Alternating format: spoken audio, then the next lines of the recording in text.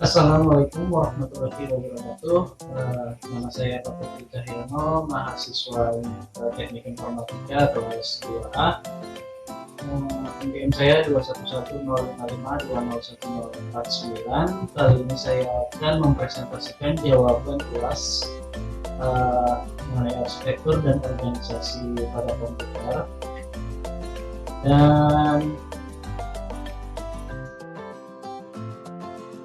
table of content sendiri terdapat 4 soalan, yaitu yang pertama konsep array berdasarkan minimal 3 pendapat ahli, kemudian yang kedua adalah jenis unit masukan dan keluaran pada organisasi komputer, yang ketiga jenis mode pengalamatan serta set instruksi beserta contoh, dan yang keempat adalah bagaimana cara kerja komputasi paralel. Yang pertama, ya, konsep array. Untuk konsep array sendiri menurut para ahli, yang pertama menurut Zenda Aldissen, array atau larik didefinisikan sebagai pemesanan alokasi memori berurutan.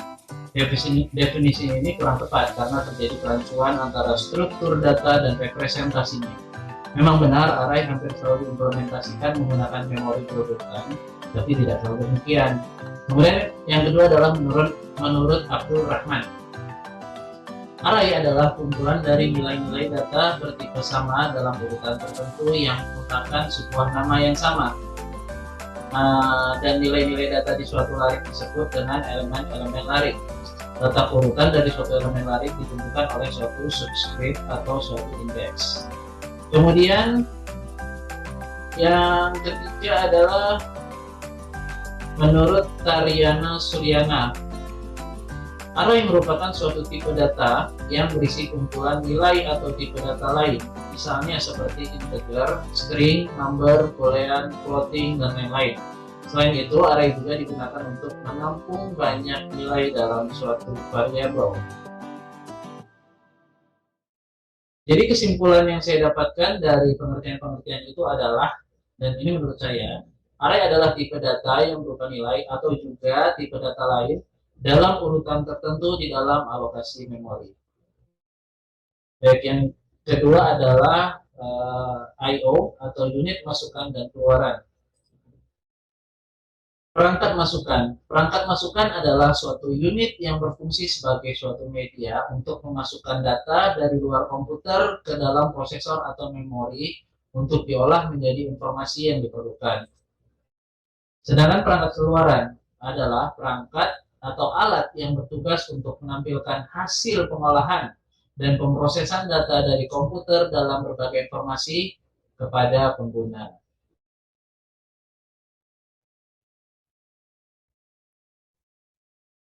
Tiga komponen utama I/O.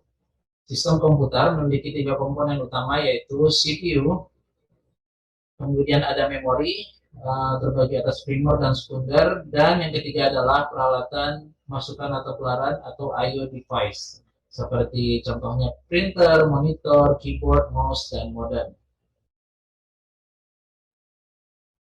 Kemudian kita masuk ke dalam input dan output itu sendiri. Untuk jenis I/O sendiri terbagi, yang pertama itu input. Contohnya untuk input adalah keyboard, mouse, touchpad, joystick atau game pedals, barcode scanner, webcam, light pen, microphone, fingerprint, card reader, CD-ROM, flash disk, dan modem. Sedangkan untuk output, contohnya adalah monitor, speaker, proyektor, printer, dan headset. Kemudian kita masuk ke yang ketiga. Yang ketiga adalah mode pengalamatan dan set instruksi. Mode pengalamatan adalah bagaimana cara menunjuk dan mengalamati suatu lokasi memori pada sebuah alamat di mana operandi akan diambil. Mode pengalamatan diterapkan pada set instruksi, di mana pada umumnya instruksi terdiri dari opkode atau kode operasi dan alamat. Informasi yang disediakan dalam listing program menggunakan beberapa simbol untuk menentukan tipe dari numerik yang digunakan. Simbol khusus ini adalah tanpa simbol, mengindikasikan numerik desimal. Angkanya akan diterjemahkan menjadi nilai binar sebelum disimpan dalam memori dan digunakan oleh CPU. Kemudian kita masuk ke jenis-jenis mode pengalamatan. Mode pengalamatan terbagi atas 7. Yang pertama, immediate addressing, yaitu operan atau data yang akan dikomputasi berada langsung pada set instruksi. Contohnya move A, dan kita bisa lihat contoh pada gambar. Move A adalah seperti ini.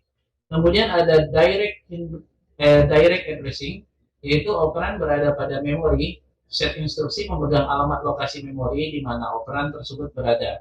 Contohnya add A, tambahkan isi pada lokasi alamat ke akumulator.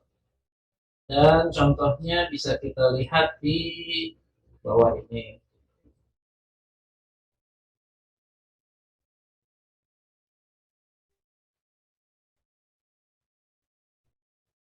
Kemudian masuk ke yang ketiga, yaitu indirect addressing, yaitu operan berada pada memori.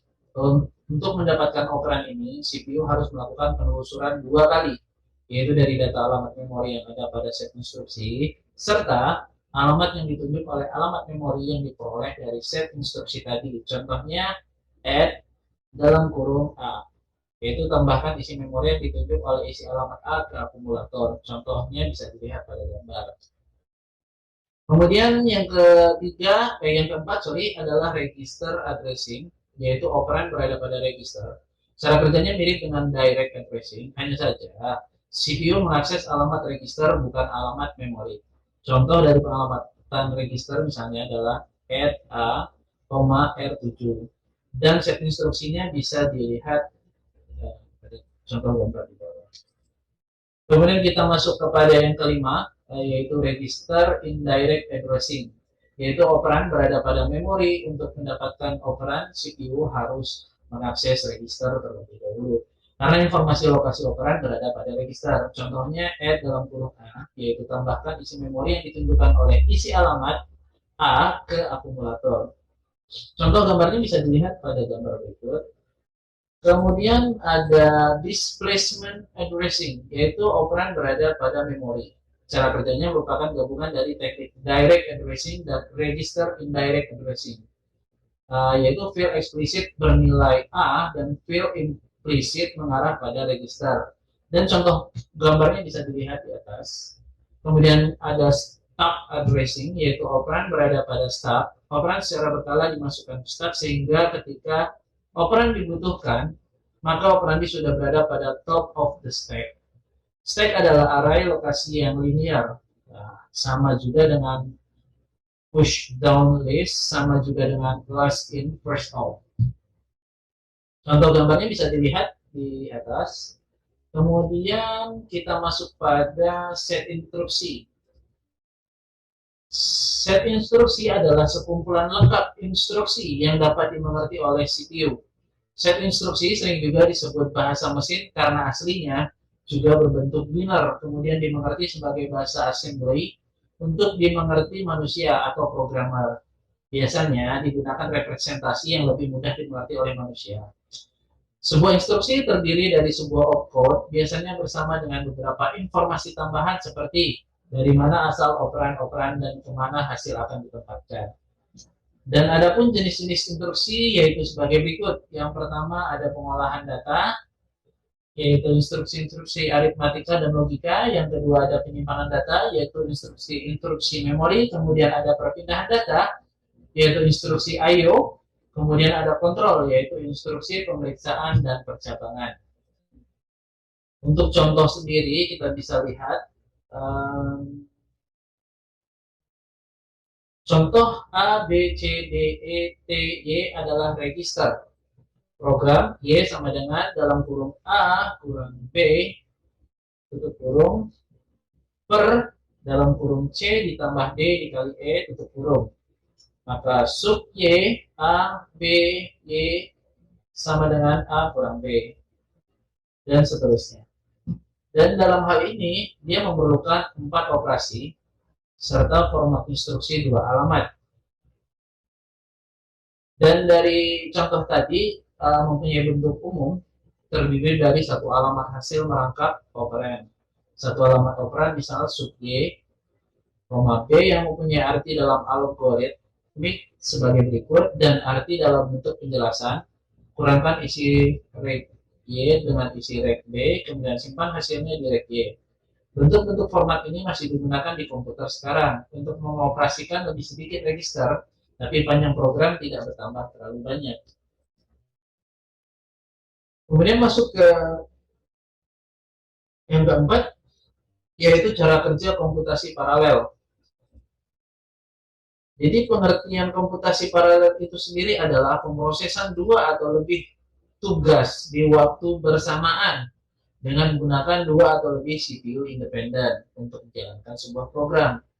Komputasi paralel itu berbeda dengan multitasking. Seperti yang kita tahu bahwa multitasking adalah komputer dengan prosesor tunggal mengeksekusi beberapa tugas secara bersamaan.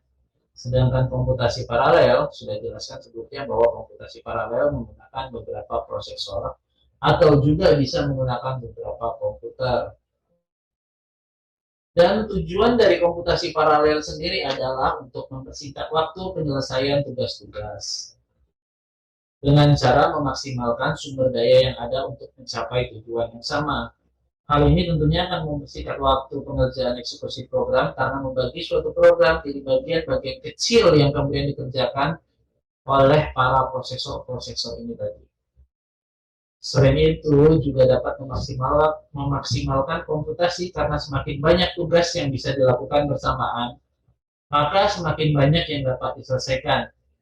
Saya analogikan begini, komputasi paralel ini dengan proses merebus sayuran sup.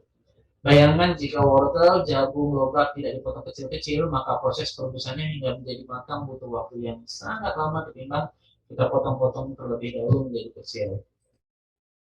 Kemudian cara kerja komputasi paralel itu sendiri yaitu performa dalam pemrosesan paralel diukur dari beberapa banyak speed up yang diperoleh dalam menggunakan teknik paralel. Secara informal, bila kita memotong jagung sebanyak 10 kg, sendirian maka kita butuh waktu mungkin sekitar 1 jam. Tapi kemudian bila ada teman kita yang membantu, maka mungkin proses memotong jagung 10 kg ini bisa dilakukan hanya dalam waktu setengah jam. Dan kita memperoleh kecepatan sebanyak 2 kali lipat.